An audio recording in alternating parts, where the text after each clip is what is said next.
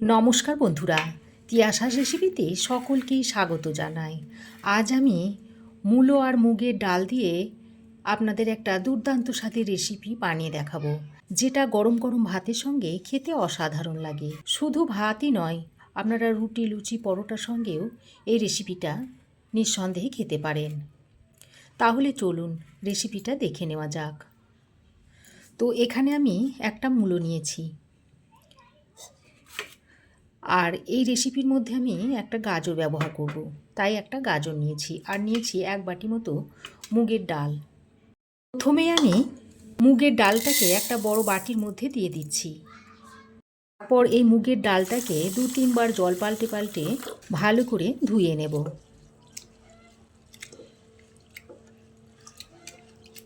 তো মুগের ডালটাকে আমি 2-3 বার জল পাল্টে পাল্টে ভালো করে ধুয়ে নিয়েছি।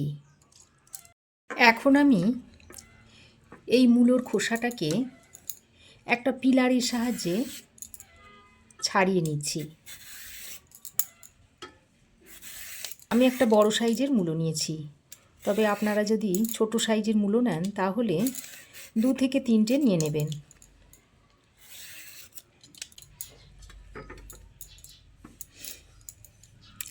একইভাবে গাজরের খোসাটাকেও আমি ছাড়িয়ে নিচ্ছি।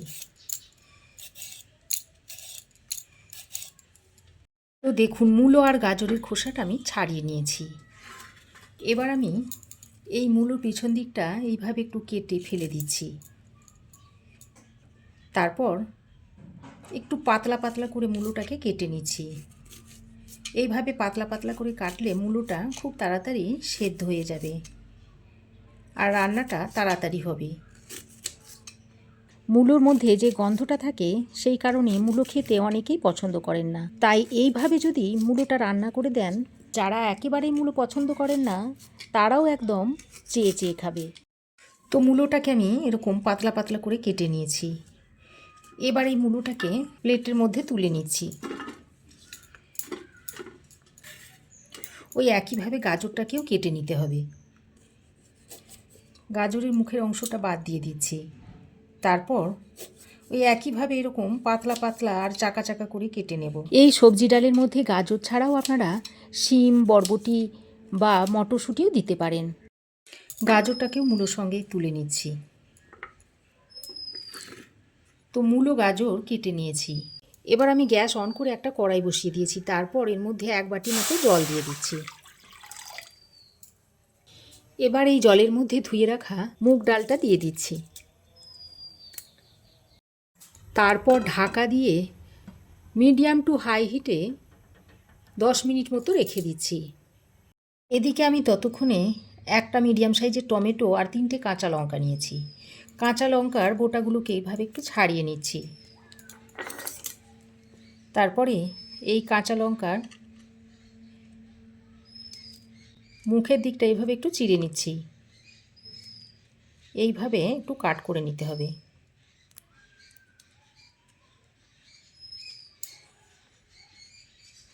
তারপর এই টমেটোটাকে টুকরো করে নিচ্ছি।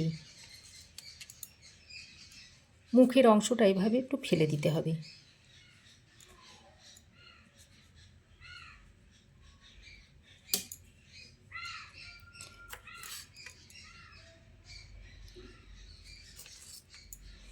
এইভাবে টমেটোটাকে মোট 8টা টুকরো করে নিলাম। টমেটো আর কাঁচা লঙ্কাটা ডালের মধ্যে দিয়ে দেব। কিছুক্ষণ পর ঢাকাটা খুলে নিচ্ছি। আর ডালের মধ্যে এই যে ফেনাটা হয়েছে, এই ফেনাটা একটা চামচের সাহায্যে এইভাবে তুলে ফেলে দিচ্ছি।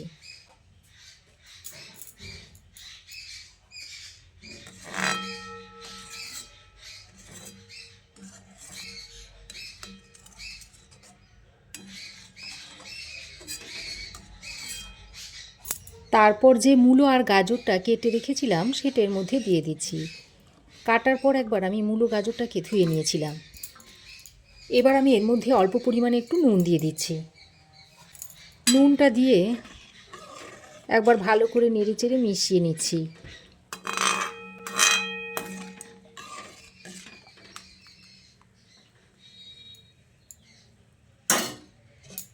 তারপর আবারও ঢাকা দিয়ে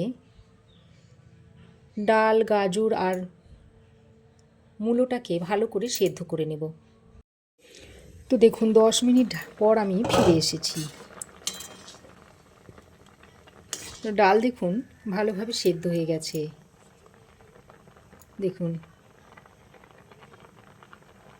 হাত দিয়ে চাপলে দেখুন ডালটা গলে যাচ্ছে। এবার আমি যে টমেটো আর কাঁচা লঙ্কাটা কেটে রেখেছিলাম সেটা এখানে দিয়ে দিচ্ছি। টমেটো আর কাঁচা লঙ্কাটা দিয়ে টমেটোটাকে ডালের সঙ্গে আরও কিছুক্ষণ সেদ্ধ করে নিতে হবে। আর মূলো দেখুন ভালোভাবে সেদ্ধ হয়ে গিয়েছিল। ডাল মূলো সেদ্ধ করার পর তবেই কিন্তু টমেটোটা দেবেন, তার আগে দেবেন না। এবার আবারও ঢাকা দিয়ে কিছুক্ষণ সেদ্ধ করে নিচ্ছি। তো আরও কিছুক্ষণ ঢাকা দিয়ে আমি টমেটোটা সঙ্গে সেদ্ধ করে নিয়েছি। এবার আমি একটা ডাল ঘুটনির সাহায্যে এইভাবে একটু ডালটাকে ঘেঁটে দিচ্ছি।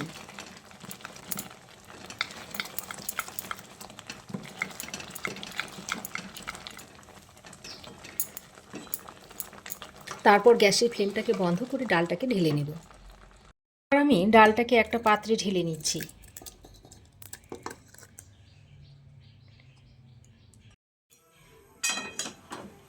ওই কড়াইতে আমি আরও একটু জল গরম করে যে ডালটা কড়াই লেগেছিল সেইটা ধুয়ে এর মধ্যে দিয়ে দিচ্ছি।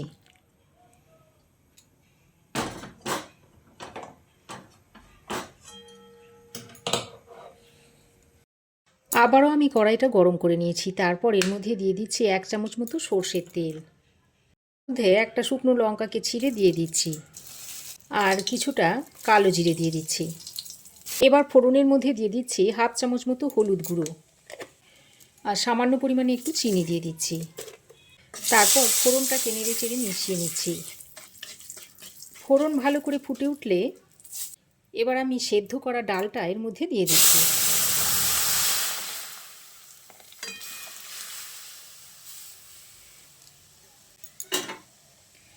তারপর সব কিছুকে একসঙ্গে ভালো করে নেড়ে চেড়ে মিশিয়ে নিচ্ছি। বন্ধুরা, আমি রেসিপিটা মুগ ডাল দিয়ে তৈরি করছি, তবে আপনারা চাইলে মুসুর ডাল দিয়েও তৈরি করে নিতে পারেন। তো সব কিছুকে একসঙ্গে ভালো করে নেড়ে চেড়ে মিশিয়ে নিয়ে ডালটাকে 2-3 মিনিট মতো ভালো করে ফুটিয়ে নেব।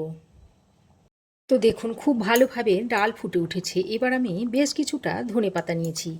এবার এই ধনেপাতাটা এইভাবে একটু হাতের সাহায্যে কুচিয়ে এর মধ্যে দিয়ে দিচ্ছি। আর এইভাবে যদি একটু ধনেপাতা দেওয়া হয় ডালের স্বাদটা অসাধারণ হয়। তো ধনেপাতাটা দিয়ে আবারও ডালের সঙ্গে ভালো করে নেড়েচেড়ে মিশিয়ে নিয়ে আর এই পর্যায়ে আপনারা একটু নুনটা চেক করে দেবেন। আমার মনে হচ্ছে নুন একটু লাগবে, তাই আমি এখানে অল্প পরিমাণে একটু নুন দিয়ে দিলাম। দিয়ে আবারও সব কিছুকে একসঙ্গে ভালো করে নেড়েচেড়ে মিশিয়ে নিয়ে একটা ঢাকনা লাগিয়ে আরও 2 মিনিট মতো ফুটিয়ে নিচ্ছি। এর ফলে ধনেপাতার ফ্লেভারটা ডালের মধ্যে খুব ভালোভাবে মিশে যাবে। দেখুন আরও 2 মিনিট মতো ডালটা ফুটিয়ে নিয়েছি আর ডাল এখন সার্ভ করার জন্য একেবারেই রেডি হয়ে গেছে। গ্যাসের ফ্লেম বন্ধ করে এবার আমি এই ডালটাকে একটা পাত্রের মধ্যে সার্ভ করে দিচ্ছি।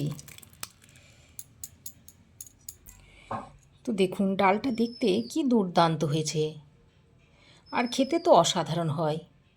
এই শীতে আপনারাও একবার মূলো দিয়ে এইভাবে ডালের রেসিপিটা তৈরি করে খেয়ে দেখুন। যারা মূলো খেতে পছন্দ করে না তারাও একেবারে চেটেপুটে খেয়ে নেবে।